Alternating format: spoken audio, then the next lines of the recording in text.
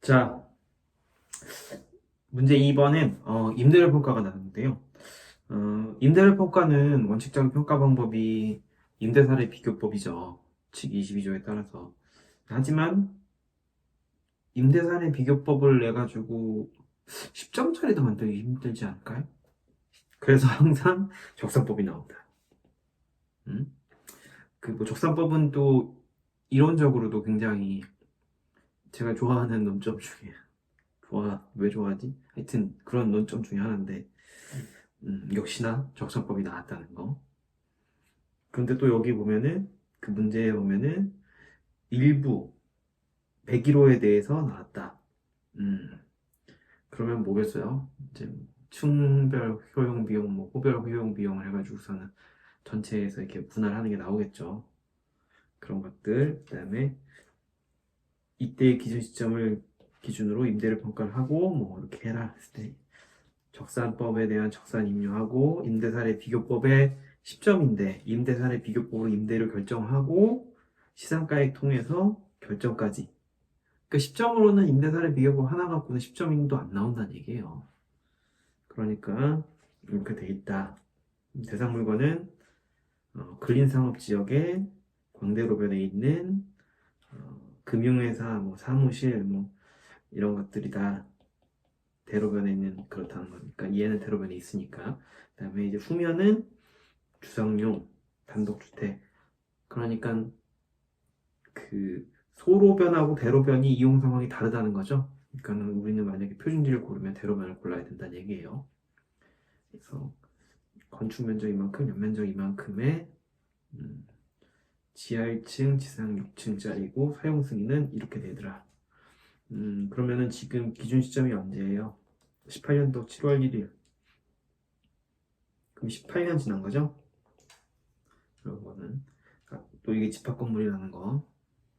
이 중에 우리는 3개 호실 중에 1개 호를 101호를 이제 평가하는 거죠. 여기서 또 이제 중요한 게 이따가 하겠지만 임대 면적이라고 하면 임대 면적은 어느 걸 얘기하는 걸까요? 전유 면적을 얘기할까요? 전유 면적과의 공유 면적과 합쳐진 그 부분을 얘기할까요? 그건 이제 계약하기 나름인 거지. 그게 바로 이제 임대료 평가의 어려운 점인 거죠. 그런 게 있다. 뒤에 가서 또 볼 거예요. 그래서 그 전유 면적 중에 우리는 60제곱미터를 쓰고 있다. 표준시 공시지가는 아까 중로변은 안 된다고 얘기했죠? 소로변이긴 하지만 그 다음에 여기 또 이제 주상용이라는 것도 잘못돼 있고 그 다음에 여기 용도 지역이 잘못됐네요. 그러니까 얘를 써야 되겠죠? 근데 20%는 계획도로에 저촉돼 있다. 뭐 행정적 요인 비교할 때 놓치시면 안 되고 그 다음에 여기서는 삼조일주 빼야겠죠? 그 다음에 둘 다 광대로긴 한데 여기 보면은 담보 목적 평가는 안전성, 평가성이 고려된 단가다. 그러니까 평가 목적이 요거로는 조금 부족하다는 얘기겠죠. 그러니까 B를 써야겠어요. 그다음에 임대사례 비교법을 할 때 쓸 사례 자료인데 보증금 주고 여기에 부가세 10% 포함되어 있으니까 요거는 이제 배제해야겠죠. 그러면 2750 000 나누기 1.1 해가지고 쓴다. 그 다음에 보증금 운용 이율 줬고요. 그 다음에 요게 이제 문제인 거죠. 임대 면적이 도대체 뭐냐는 거예요. 전용 면적인 거냐, 공유 면적까지 합친 거냐. 요게 이제 문제다. 저는 뭐 미리 말씀을 드리자면 이걸 그냥 전용 면적으로 봤습니다.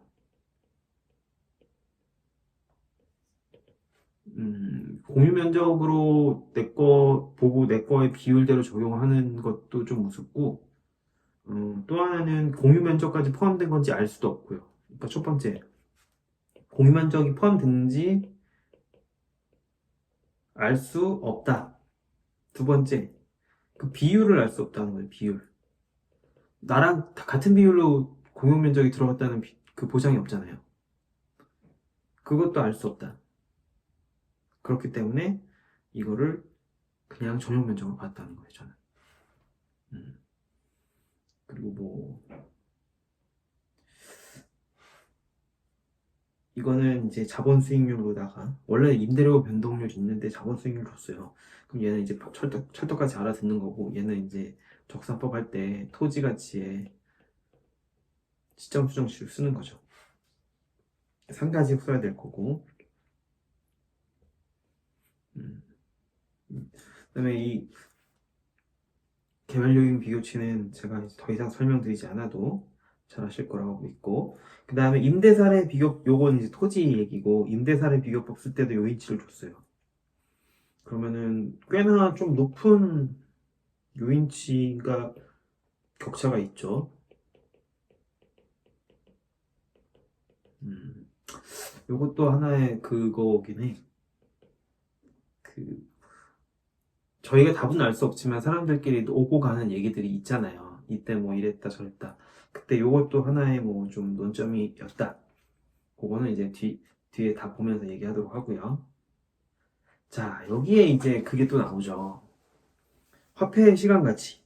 이거 아주 지긋지긋하지 않으세요? 이거 보시면은 제주달 원가를 우리가 적산법을 할 때 기초가액으로 구하잖아요. 기초가액으로 할 때 일동 전체를 구하잖아요.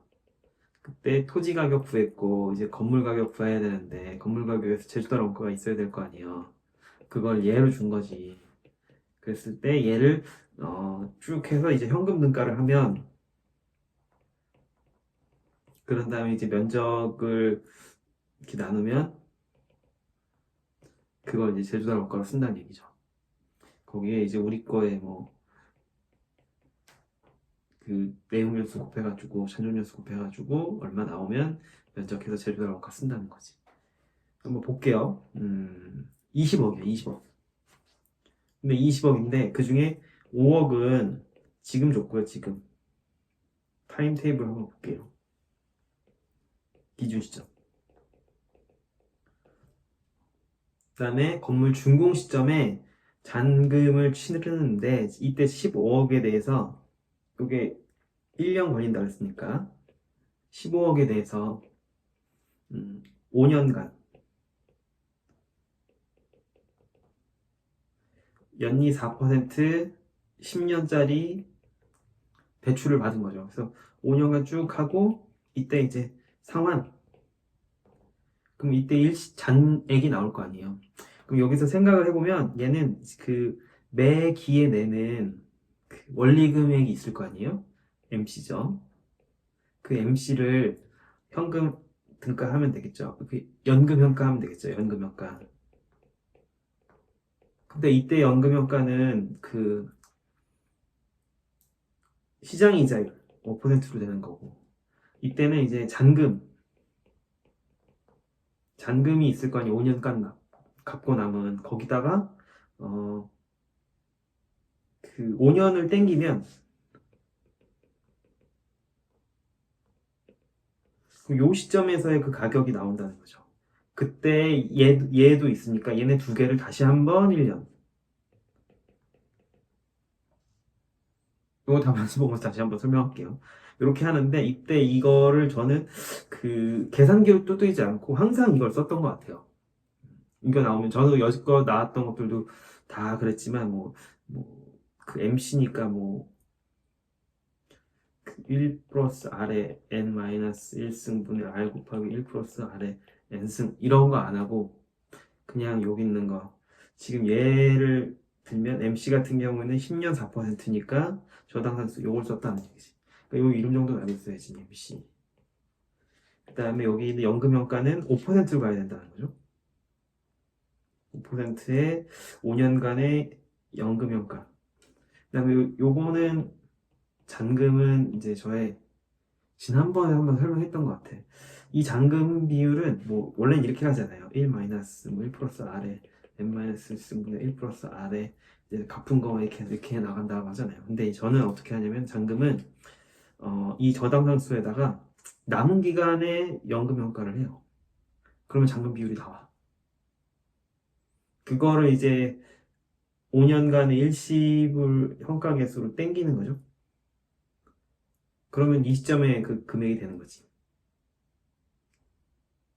지금 설명이 잘 되고 있는지 모르겠어요. 이거는 어쨌든 다 보면서 다시 한번 할게요. 그렇게 해가지고 제조달 원가까지 구하면은 우리가 이제 한동 건물 가격이 구해진 거죠. 그때 이제 그 개별 호는 층별로는 1층 여기서 이거분의 이제 100 곱하기 우리 1층이 188이었나 그래. 그렇게 하면 이제 비율이 있을 거 아니에요. 그러면 전체 건물 중에 1층의 비율을 이제 먼저 구하고 얘를 통해서 그런 다음 1층 안에는 이제 또 이제 1층 안에는 또 3개 호가 있으니까 그 중에 이거분의 뭐 우리 60이었던 것 같은데 그러면은 또 요거의 비율을 구하면은 우리의 기초가액이 나오는 거예요. 그랬을 때 뭐 나머지들은 이렇게 해서 이제 배분한 거에 그 적산법은 기대이율 5% 이게 기초가액 나왔으니까 기대이율 5% 필요자 경비는 순임대료의 기대수익이 7%다. 그럼 뭐 이렇게 할 수는 있어요.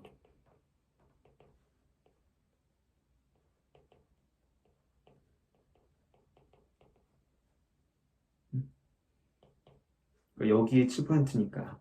근데 저는 그냥 이거 하고 이거 이제 별도로 했다.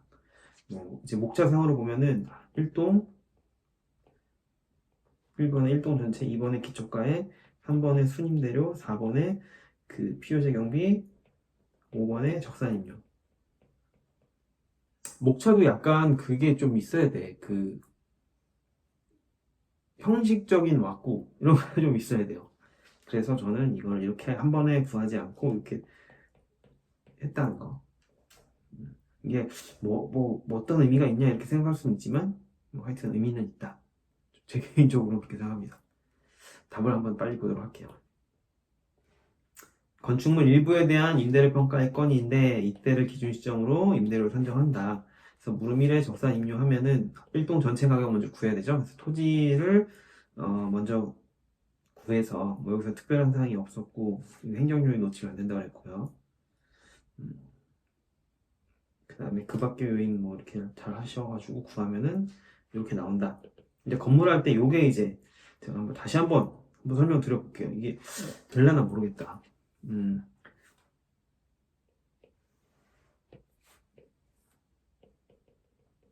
기준 시점에 이제 5억 주는 거죠.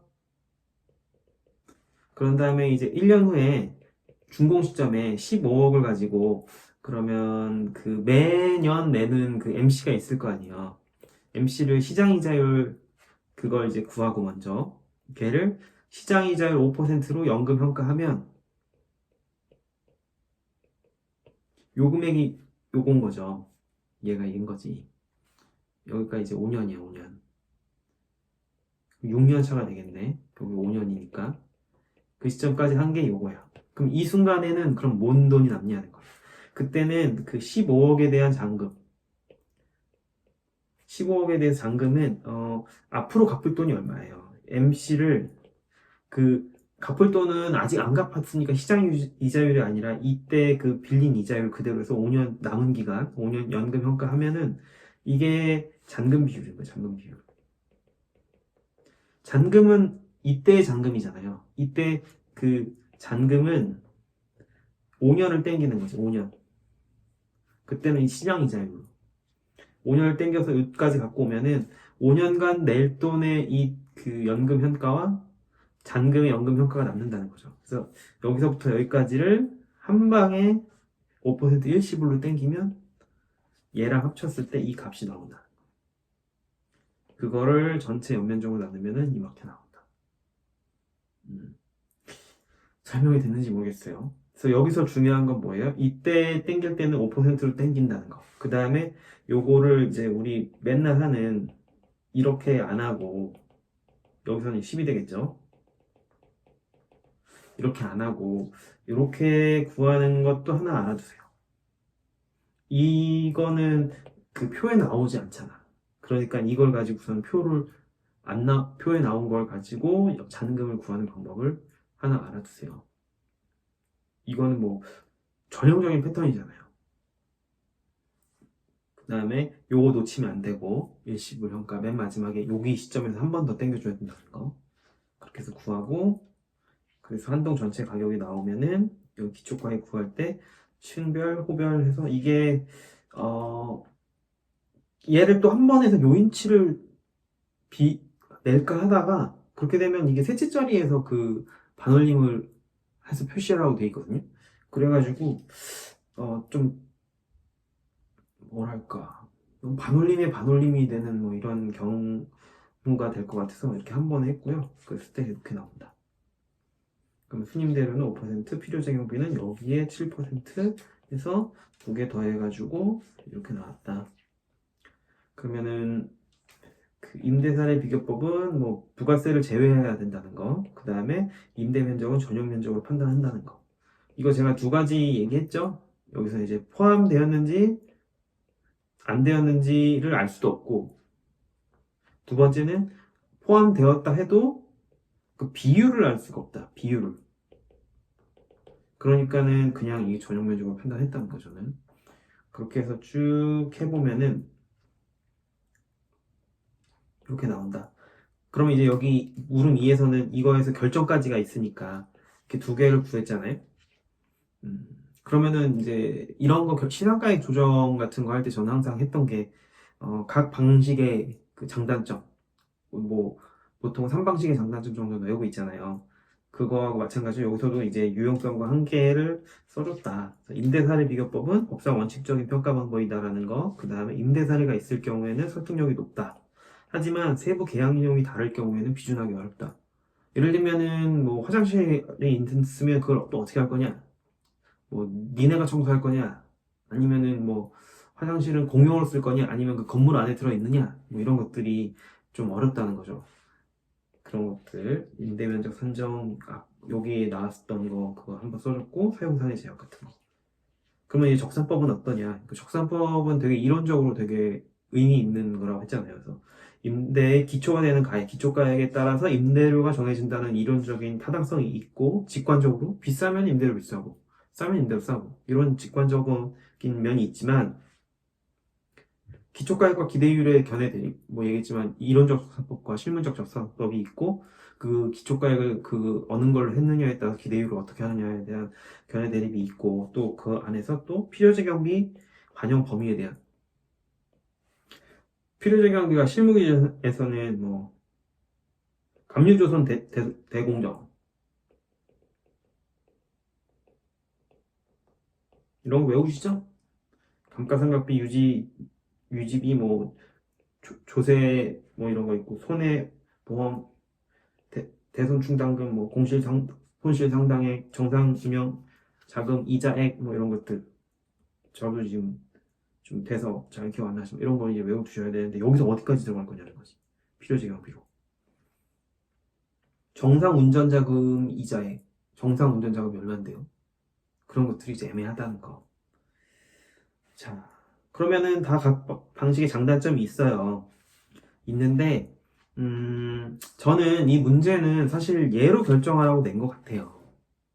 왜냐면은 비준 임료에서 문제가 뭐예요? 그 임대 면적이 문제고 또 하나는 뭐냐면 아까 여기 요인치 보면은 0.61이 나오거든요.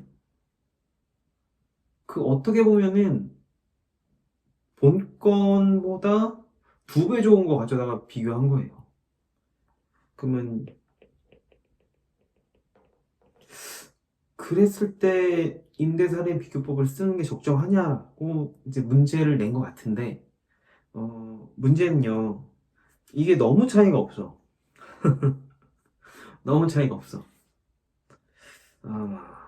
그렇다. 그래서 저는 그냥 그 원칙적인 평가 방법으로 이렇게 했고, 뭐 1,700만 원인 셈인 건데, 1,700만 원이나 뭐 1,750만 원이나 거의 비슷하니까. 만약에 뭐 이런 두 가지 사유를 들어서 예로 결정했다고 하더라도 문제가 없다고 보고요. 뭐 그런 선배님들이 더 평가 선생님들이 더 많았어요. 근데 저는 이렇게 했다는 거 그냥 알아만 두시고, 자, 이제 문제 3번으로 가보도록 하겠습니다. 3, 4번 한 번에 가보도록 하겠습니다.